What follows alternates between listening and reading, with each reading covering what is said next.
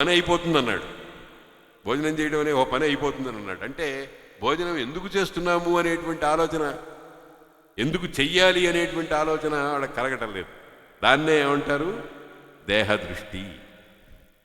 దేహదృష్టి వద్దని చెప్పం లౌకికమైన జీవితంలో, కానీ దేహదృష్టిని అప్రధానం చేయాలి. దేహదృష్టిని అప్రధానం చేసి దేహము కంటే జీవుడనేవాడు ఒకడున్నాడు, జీవుడి కంటే దేవుడనేవాడు ఒకడున్నాడు అని మెల్లమెల్లగా ఈ దృష్టిని దేహం మీద నుంచి జీవుడి మీదకి, జీవుడి మీద నుంచి పరమాత్మ మీదకు మార్చాలి. కాబట్టి అధమ స్థాయిలో తాత్కాలికంగా అప్పటికి ఎప్పుడూ కాదు, తాత్కాలికంగా పరీక్షిత్తు ఏమైపోయినాడు? అధమ స్థాయిలోకి పోయి కూర్చున్నాడు. కూర్చుని ఏం చేశాడు? అత్యున్నత స్థానంలో కూర్చున్నవాడిని డబాయించాడు. ఇది ఎందుకు సంభవించింది? ఎందుకు సంభవించింది అంటే అతని అజ్ఞానం చేత కాదు, అతని చేతకానితనం చేత కాదు, అతని దుర్మార్గత్వం చేత కాదు, విధి. అందుకనే ఎందుకని ఇట్లా అనుకోవాలి, ఎందుకు ఇట్లా అనుకోవాలి అని అంటే ఈ పరీక్షిత్తు ఈ వికారం చేత ఏమిగా తయారయ్యాడో అది గమనించినప్పుడు ఇది అతనికి ఒక ఉపాయమైంది, అతనికి ఒక ఆధార దండమైంది. అందుకనే పెద్దవాళ్ళు ఒక పాతకాలంలో మంచి అద్భుతమైన కథ చెప్పారు. అంతయు మనమేలునకే అంటూ ఉండేవాట ఒక మంత్రి గారు. అంతయు మనమేలునకే, ఏం జరిగినా సరే అంతయు మనమేలునకే అనేవాడు. రాజుగారు మంత్రి గారు ఓ రోజున వేటకెళ్ళారు. ఆ వేటాడేటప్పుడు రాజుగారి వేరొకటి కోసుకుపోయింది. మంత్రి పక్కనే మామూలు మాట్లాడాడు. కొంతమంది కొన్ని పదాలు ఊత పదాలు అలవాటు. ఒక ఆయనకి ఏ మాట విన్నా మంచిది అనడం ఒక అలవాటు. ఎవరో ఒక ఆయన వచ్చి మా అన్నగారు చనిపోయినాడండి అన్నాడు. మంచిది అన్నాడు. అవతలవాడికి ఒళ్ళు మండిపోదు, అలవాటు. అతి సహజంగా వచ్చేస్తూ ఉంటాయి ఆ నోటికి వచ్చేటువంటి మాటలు కొన్ని. కాబట్టి అంతయు మనమేనులకే అన్నాడు ఈ మంత్రి గారు. నీకేమైనా బుద్ధి ఉందిటయా? నేనేమో వేలు పోయి తస్తుంటే అంతయు మనమేనులకే అంటావు, చి నువ్వు నాతో ఉండక్కర్లేదని తరిమి పారేశాడు. తరిమి పారేసిన తర్వాత ఆయన ఇది కూడా మన మంచికే అనుకున్నాడు. నిజంగా మన మంచికే. ఎందుకనంటే ఆ రాజుగారు అట్లా తిరుగుతూ ఉంటే కొంతమంది ఆటవికులు, కోయ జాతి వాళ్ళు దేవికి బలి ఇవ్వాలని వెతుకుతున్నారు. మంచి పుష్టి తుష్టి ఉన్నటువంటి వాడు ఎవరైతే ఉన్నాడో వాడిని తీసుకెళ్ళి బలి ఇవ్వాలి అని. వీడు రాజని వాళ్ళకి తెలియదు. పట్టుకున్నారు. వాళ్ళు ఎక్కువ మంది ఉన్నారు, ఈయన ఒకడే ఉన్నాడు. పట్టుకుని కట్టి పడేసి అమ్మవారి దగ్గరికి తీసుకెళ్ళి బలి చేద్దామని కూర్చున్నారు. పక్కన ఈ మంత్రి కొంచెం దూరాన ఉన్నాడు. ఈయన కూడా వెంటనే వెళ్ళాడు. అక్కడికి వెళ్ళిన తర్వాత వాళ్ళు జాగ్రత్తగా పరిశీలించి అమ్మవారికి నైవేద్యం ఇచ్చేటువంటి శరీరము ఏ అవయవము లోపం లేకుండా ఉండాలి అని పరిశీలించి వేరు లేదు వీడి వరకు పనికిరాడు బలి ఇవ్వడానికి అని తీసిపారేశాడు. రాజుగారు మంత్రి గారు అన్నమాట ఏమైంది? అంతయు మనమేరునికే. రాజుగారు ఏం చేశాడు? ఆయన తోసి అవతల పారేశాడు. నువ్వు నా దగ్గర ఉండద్దు, వెళ్ళిపో అన్నాడు. అది వాడికి మేలైంది. లేకపోతే వాడు సర్వావయవ పుష్టి కలిగిన వాడిని తీసుకొచ్చి బలి చేస్తారు. కాబట్టి అంతయు మనమేరునికే.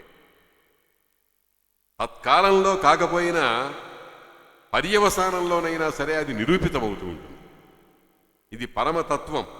ప్రతి పని కూడా మనం చేసేటువంటి ప్రతి పని వెనకాల ఆ భగవంతుని యొక్క చాలన స్థితి ఉంది. అదే చెప్పారు భగవద్గీతలో.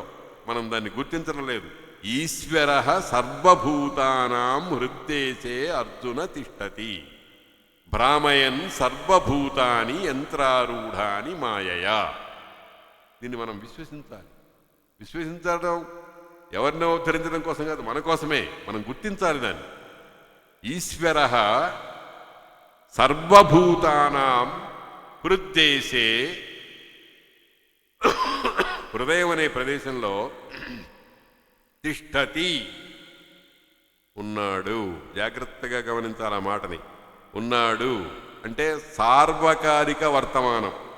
నిన్న కాదు, నేడు కాదు, రేపు కాదు, సర్వకాల సర్వావస్థలో. ఎందుకని ఆయన నిత్యుడు. దేహి నిత్యమవధ్యోయం దేహే సర్వస్య భారత. ఆయన నిత్యుడు. అంటే ఆయనకి ఉండటం పోవటం వెళ్ళటం ఇవేం ఉండవు. కాబట్టి ఈశ్వర సర్వభూతానాం హృద్దేశే అర్జున తిష్టతి భ్రామయన్ తిప్పుతున్నాడు. సర్వభూతాని యంత్రారూఢాని మాయయా, యంత్రం ఎక్కించినది. అది స్విచ్ వేస్తే ఎట్లాగైతే తిరుగుతూ ఉంటుందో, ఓ ఫ్యాన్కి తిరిగేటువంటి శక్తి పెట్టాడు, అందులో ఓ ఏర్పాటు చేశాడు. స్విచ్ వేసేటప్పటికి అది తిరుగుతూ ఉంటుంది. నేను స్విచ్ వేస్తే నేను తిరగమనేవాడు చెప్పాడు అంటే కుదరదు. యంత్రం దానికి ఏర్పాటు అది జరిగిపోతూ ఉంటుంది అనమాట. యంత్ర ఆరూఢాని మాయయ. కాబట్టి ఈ పరీక్షిత్తు అనేటువంటి జీవుడు ఏం చేశాడు? ఒక మాయకు లోబడిపోయినాడు. ఏమిటా మాయ? నేను కాదు అని సత్యమైనటువంటి దేహాన్ని నేనుగా భావించాడు. ఇది సార్వకాలిక జ్ఞానం కాదు, తాత్కాలికంగా. అది మనం చాలా జాగ్రత్తగా గుర్తుపెట్టుకోవాలి. తాత్కాలికంగా దాన్నే ఏమంటామంటే, సూర్యుడికి మేఘం అడ్డుపడ్డట్టుగా, మేఘం ముక్క అడ్డుపడ్డట్టుగా. ఆయన ప్రకాశానికి ఏం లోపం లేదు. ఆయన అడ్డంగా ఉన్నందువల్ల ఆ అడ్డంగా ఉన్నంత మేర క్రిందికి సూర్యుని యొక్క కిరణాలు సోకడం అనేది సంభవించదు. ఆ రకంగా దాన్ని ఒక మాయా జ్ఞానము తిరోహితం అవటం, కర్తవ్యాకర్తవ్యమును తెలియకపోవటం, ఏదో ఇష్టం వచ్చినట్టుగా ప్రవర్తించడం మొదలైనవి జరుగుతూ ఉంటాయి. మనందరం కూడా ఈ కథ తెలుసుకోవడంలో మనకు ఉండేటువంటి దృష్టి ఏమిటంటే, నేనేమిటి అనేది తెలుసుకోవాలి. అందుకని ఈశ్వర సర్వభూతానాం హృద్దేశే అర్జున తిష్టతి గనక, దేశమునందు అంటే దేహమునందు గనక, దేహదృష్టి ఉన్నవాడు గనక పరీక్షిత్తుకి కోపం వచ్చింది. ఏమి కోపం? కోపం అనేటువంటిది చాలా భయంకరమైనటువంటి శత్రువు. కామయేష క్రోధయేష రజోగుణ సముద్భవ మహాశనో మహాపాత్మ విద్యేనమిహ వైరిణం అన్నది భగవద్గీత. నేను చెప్పాను, భాగవత కథ భగవద్గీతకు వ్యాఖ్యానం. భగవద్గీత పరమ రహస్యాలన్నింటినీ కూడా భాగవత కథలో మనం సమన్వయం చేసుకుంటూ ఉండాలి. ఊరికే కథ చదువుకుంటూ పోతే వేరే సంగతి. కథ చదువుకుంటూ కథ తెలుసుకోవాలి, కథలో ఉండేటువంటి రహస్యాలు తెలుసుకోవాలి. కథలో రహస్యం అంటే ఆత్మశక్తి అన్నమాట. కథ అనేటువంటి దేహానికి లోపల నిత్యము సత్యము అయినటువంటి ఆత్మశక్తి ఒకటి ఉంటుంది, దాన్ని తెలుసుకోవాలి. అందుకని ఈ పద్యాన్ని ఇవాళ చాలా విస్తృతంగా చెప్పడం అనేటువంటిది జరుగుతోంది. ఎందుకనంటే అందుకోసమే మనం భాగవతం చదవాలి. ఏదో మామూలుగా హిస్టరీ దృష్టితో చదివితే ఇంత దూరం అక్కర్లేదు, మనకి ఎంత చెప్పక్కర్లేదు. 12 స్కంధాలు అక్కర్లేదు, ఏదో ఒక చిన్న చోట సంభవిస్తుంది. కాబట్టి మందభాషలడగ్గరి మనుజ విభుడు అంటే దేహదృష్టితో ఉన్నాడు అతను. దేహదృష్టి అంటే ఏమిటన్నమాట? నేను అంటే దేహము అని అనుకున్నాడు. కానీ శంకర భగవత్పాదుల వారు చాలా స్పష్టంగా చెప్పారు, నాహం దేహ నా అంతరంగాణి, ఇవేమి కాదు, నేంద్రియాణి అంతరంగ అని చాలా స్పష్టంగా చెప్పారు. అది అనుభవానికి రావాలి. మనం కూడా చిలక పలుకుల్లాగా చదువుతూ ఉంటాం, నేను దేహం కాదండి అని. ఎవడో వచ్చి ఓ చిన్న చెంపకాయ పోయి కొట్టంతో వాడి మీద కోపం వస్తుంది. కామయేష క్రోధయేష రజోగుణ సముద్భవ మహాశన. దానికి తిండి ఇంత అని లేదు. అగ్నికి మహాశనము అని పేరు. మహాశనం అంటే ఎంత పెట్టినా ఇంకా కావాలంటుంది. దానికి మనలాగా అజీర్తి రోగం రాదు.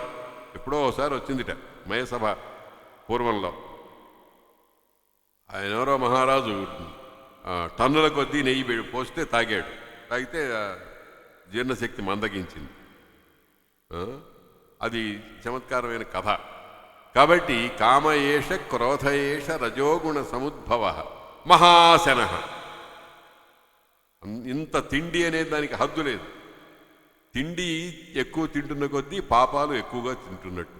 ఎందుకనంటే భగవద్గీతలో చాలా అద్భుతమైన విషయం చెప్పారు, మనమందరం చాలా జాగ్రత్తగా గమనించవలసింది. ఏమిటంటే భుంజతే తే త్వఘం పాపా ఏ పచంత్యాత్మకారణాత్. తన కోసమే అన్నం వండుకున్నవాడు తినేది అన్నం కాదండి, పాపాన్ని అన్నాడు. భుంజతే తే తు అఘం, వాళ్ళు అఘాన్ని, పాపాన్ని తింటున్నారు. ఎవరు? ఏ ఆత్మకారణాత్ పచంతి. మా ఇంట్లో నేను, నా భార్య, నా పిల్లలు మాత్రమే తినాలి అని వండుకునేటువంటి వాళ్ళు పాపాన్ని తింటున్నారు కానీ అన్నాన్ని కాదు అని అన్నారు. అంటే ఏమిటి అర్థమన్నవాడా? నువ్వు ప్రతి వ్యక్తి కూడా తాను తినేటప్పుడు పంచ యజ్ఞములు చేసి తినాలి. భూతయజ్ఞము, దైవయజ్ఞము, బ్రహ్మయజ్ఞము, మనుష్యయజ్ఞము, ఇవన్నీ ఉన్నాయి. 5 రకాలైనటువంటి యజ్ఞాలు ఉన్నాయి. అందులో మనుష్య యజ్ఞము అని అంటే ఎవనికో ఒకనికి ఇంత అన్నం పెట్టి నువ్వు తినాలి అని అన్నారు. మన మన భారతీయ సనాతన ధర్మంలో ఉన్న పరమాద్భుతమైన విషయం ఇది. సోషియలిస్టిక్ వ్యూ అని అంటున్నామే మనం, సమాజ దృష్టి. ఆ సమాజ దృష్టి భారతీయుడికి ఉన్నంతగా ఇంకెవ్వడికి లేదు.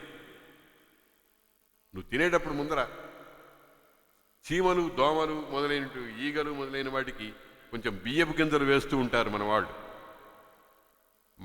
రైతులు పల్లెల్లో ఒక పెద్ద వరి కంకుల ఇది మూట తీసుకొచ్చి గుమ్మానికి కడుతూ ఉంటారు. పిచ్చుకలు మొదలైనవి. ఇప్పుడు పిచ్చుకలే లేవుట.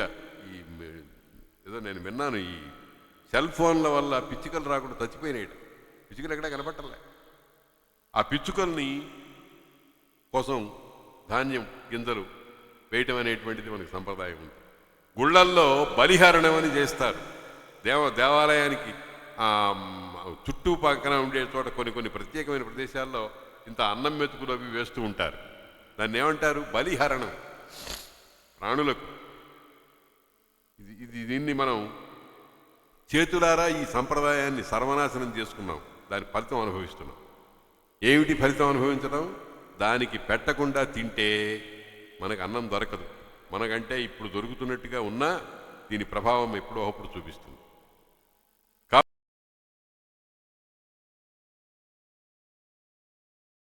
విఘసాసి కావాలి అని అన్నారు. అమృతాసి అని అంటే, అమృతం అంటే యజ్ఞశిష్టాసిన సంత ముచ్యంతే సర్వకిల్బిషై. యజ్ఞంలో ఉపయోగించిన పదార్థం కాక మిగిలిన పదార్థాన్ని తినేవాడికి పాపాలేమీ ఉండవు అని అన్నారు. ఇదంతా ఒక పెద్ద సైన్స్, ఒక పెద్ద సామాజిక స్పృహ కలిగినటువంటి ఒక మహావిజ్ఞానం. మనం పాశ్చాత్య నాగరికతను బాగా జీర్ణం చేసుకుని వీటినన్నిటినీ మర్చిపోయి పొందుతున్నదేమిటి? నిత్య దుఃఖం. పొందవలసిందేమిటి? నిత్యానందం. ఆపోజిట్ డైరెక్షన్లో మనం గమ్యానికి చేరుకోవడానికి ప్రయత్నం చేస్తున్నాం అన్నమాట. కాబట్టి ఈ యజ్ఞాలు, పంచయజ్ఞాలు చేయమనన్నారు. ఇది పంచయజ్ఞాలు మానేసిన వాడు, దాని మీద దృష్టి పెట్టని వాడు ఏమిటనమాట? వాడు దేహదృష్టి మాత్రమే ఉన్నవాడు. దేహదృష్టి వాడిని పశువుని చేస్తుంది.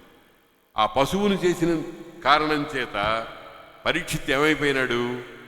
ఆ ఎదురుగుండా ఒక మహానుభావుడు, తపస్సిద్ధుడు, తపస్సు చేసుకుంటున్నాడు. బాహ్య ప్రవృత్తి లేదు ఆయనకి. ఆయన ఇంద్రియాలు బయట ఉండే ఏం జరుగుతోందో తెలియదు అనేటువంటి విషయాన్ని మర్చిపోయి, ఏమయ్యా నాకు కాస్త నీళ్ళు ఇవ్వన్నాడు.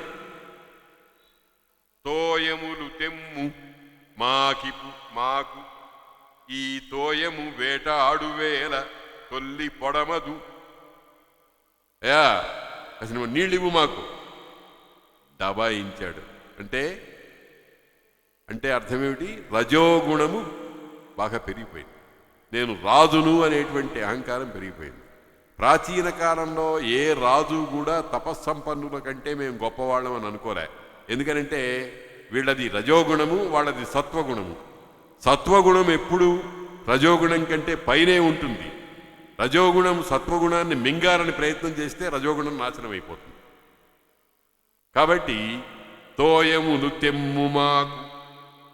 ఈ తోయము అంటే ఈ దాహము, ఈ పద్ధతి.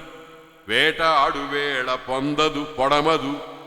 వేటాడినప్పుడు మాకు ఈ దాహము అనేది తెలియరాలేదు, ఇప్పుడు తెలిసింది. కాబట్టి మాకు నీళ్లు తీసుకురా. తోయము క్రియ జలదాహము తోయము వారలు లేరు దుస్సహమనగా ఈ దాహాన్ని తీర్చేటువంటి వాళ్ళు నాకు ఇక్కడ దగ్గరలో ఎవరు లేరు, కాబట్టి మాకు కాస్ని మంచినీళ్ళు ఇవ్వు. కానీ చాలా చక్కగా ఒక అద్భుతమైన మాట అన్నాడు. అనఘా అన్నాడు, ఏ పాపము లేనివాడా అని. అంటే ఏమిటనమాట, మనిషి సహజ సంస్కారం ఒకటి ఉంటుంది, కృత్రిమమైనటువంటి వచ్చి దాని మీద దెబ్బ కొడుతూ ఉంటాయి. ఎంత దెబ్బ కొట్టినా సహజ సంస్కారం నుంచి మాట వస్తుంది. పుణ్యాత్ముడా అని అడిగాడు, అనగా అని అడిగాడు. ఇప్పుడు దుర్మార్గులు కూడా ఎవరినైనా చంపాలనో కొట్టాలనో అనుకున్నప్పుడు వాళ్ళు ఏం చేస్తారు, కారణం ఏదో చూస్తారు. కారణం చూడాల్సిన అవసరం ఏముంది, కారణం లేదు చెప్పకపోతే అవతల వాడిని తలకాయ తీసేయడానికి మేము అభ్యంతరం ఏముంది, కారణం చెప్పాలని కండిషన్ ఏం లేదు. కారణం చెప్పాలి అనుకోవడం ఏమిటంటే సహజమైన సంస్కారం. తలకాయ తీసేయడం అనేటువంటిది ఆ మధ్యలో వచ్చినటువంటి ఒకానొక చేష్ట వికారం. కాబట్టి అయ్యా మాకు దాహం కావాలి, నీరు కావాలి, తెచ్చిపెట్టు. పాపం పుణ్యాత్ముడా అని బతిమాలుతూనే అడిగాడు.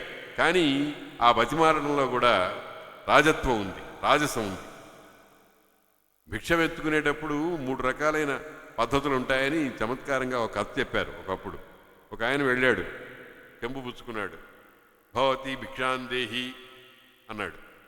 ఇంకో ఆయన వెళ్ళాడు, వాడికి కొంచెం అన్నం పెట్టింది ఒక తల్లి, ఆ చేత్తోనే నాకు కూడా తగలే అన్నాడు ఆ పక్కన ఇంకోడు వచ్చాడు, అక్కడే విరిగిపోయిన కుర్చీ ఒకటి బయట ఉంది, త్వరవారు వచ్చారు చూడలేదా అన్నాడు. అడుక్కోవడమే 3. ఒక ఆయనేమో భవతి భిక్షాందేహి అని వినయపూర్వకంగా అడిగాడు. ఇంకొక ఆయన రాజసం చూపించాడు, రాజసం తలదన్నినటువంటి వ్యవహారం 3వది. త్వరవారు వచ్చారు ఎందుకు, అడుక్కోవడానికి. ఎప్పుడో ఒకప్పుడు రాజు ఆయన, త్వరవారు వచ్చాడు చూడలేదా అని అన్నాడు. ఇవి కేవలము కల్పితమునని మనం అనుకోకూడదు. ఇటువంటి మనుషులు లోకంలో చాలామంది ఉన్నారు. భారతంలోనే కౌశికుడు అనేటువంటి వాడి చరిత్ర ఒకటి చెప్పారు మనకి ధర్మవ్యాధోపాఖ్యానంలో. వీటన్నిటికీ కూడా మూలాలు ఉన్నాయి, మనుషుల్లో సాధారణంగా ఉన్నది. మనం కూడా చూడండి, ఒక్కొక్కసారి మనం ప్రవర్తించేటప్పుడు ఆ అవతల వాళ్ళని గబక్కన అపార్థం చేసుకుంటూ ఉంటాం. మరి అటువంటి స్థితులు ఉన్నాయన్నమాట. కనుక దాహం అయ్యా అన్నాడు. అని భూవరుండు శమీక మహాముని సమాధినిష్ఠుండును హరిచింతా పరుండునయ్యుండుట విచారింపక. ఇది వచ్చిన గొడవ. దీన్నే ఏమంటారు, 2 గుణాల విజృంభణ, రజస్తమో గుణాల విజృంభణ. ఆ రజస్తమో గుణాల వల్ల వచ్చేదేంటి, అజ్ఞానం. రజస్తమో గుణ ధూననం చేత ఆ రెండింటినీ తొలగి అవతల పారవేస్తే సత్వగుణ ఉద్రిక్తత వస్తుంది. అప్పుడు మంచి చెడు అనేటువంటి తెలుస్తుంది, వివేకం కలుగుతుంది. రజస్తమో గుణాలు వివేకాన్ని నశింపజేస్తాయి, సత్వగుణము వివేకాన్ని ప్రబుద్ధం చేస్తుంది. ప్రస్తుతంలో పరీక్షిన్ మహారాజు రజోగుణ తమోగుణాలతో బాగా కలుషితమైనటువంటి బుద్ధి కలిగినటువంటి వాడై, ఆ బుద్ధి కలిగిన దానికి ఏమిటి మనకి రుజువేమిటి అని అంటే, ఆయన ఏమిటి, శమీక మహాముని సమాధి నిష్ఠుడును హరిచింతాపరుడునై ఉన్నాడు. అది గమనించలేదు. సమాధిలో ఉన్నాడు ఆయన. సమాధి అంటే బాహ్యేంద్రియ ప్రవృత్తిని అంతటినీ కూడా తీసిపారేసేసి శరీరాన్ని అంతటినీ కూడా తన అధీనంలో పెట్టుకొని తరువాత బ్రహ్మ జ్ఞానాన్ని సంభావన చేస్తూ ఉండటం, దాన్నే హరిచింతాపరుడు అని చెప్పాడు. సమాధి నిష్ఠుడు హరిచింతాపరుడు అని ఉన్నాడు. మనము ఏదన్నా ఒక విషయాన్ని అడిగేటప్పుడు ఎవరిని అడగాలి, ఎప్పుడు అడగాలి, ఎలా అడగాలి, ఏమి చేయాలి అనేదానికి చాలా పెద్ద జ్ఞాన సంపద ఉందండి. అట్లా లేనిటువంటి వాడిని గురించి తెనాలి రామకృష్ణుడు చిన్న వెక్కిరింత మాట అన్నాడు. తమ మొగంబు చూడు తము చూడు. చిచి, వాడు మొహం చూడు, వాడిని చూడు. ఏమిటి వాడు చేసిన పని, ఏనుంగు మీద పోవు అని మేర మీరి సున్నమడుగ చూచుతున్నారు. వాడు మహా చక్రవర్తి ఏనుగు మీద పోతున్నాడు, చాలా గొప్పవాడు, సర్వాధికారి. ఎవడో పక్కన అడుక్కునేవాడు తమలపాకులు తీసుకుని, ఏయ్ బాబాయ్ అసలు సున్నం ఇస్తావా అని అడుగుతాడు. ఎట్లా ఉంటుంది? దాన్నే వివేకరాహిత్యము అని. వివేకరాహిత్యం ఏం చేస్తుంది? పతనానికి కారణం చేస్తుంది. అటువంటి స్థితి. కాబట్టే చాలా చక్కగా పోతన గారు ఏం చెప్పారు?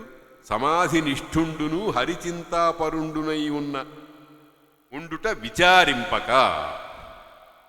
ఇంత మహానుభావుడైనటువంటి పరీక్షిత్తుకి ఈ స్థితి ఎందుకు కలిగింది?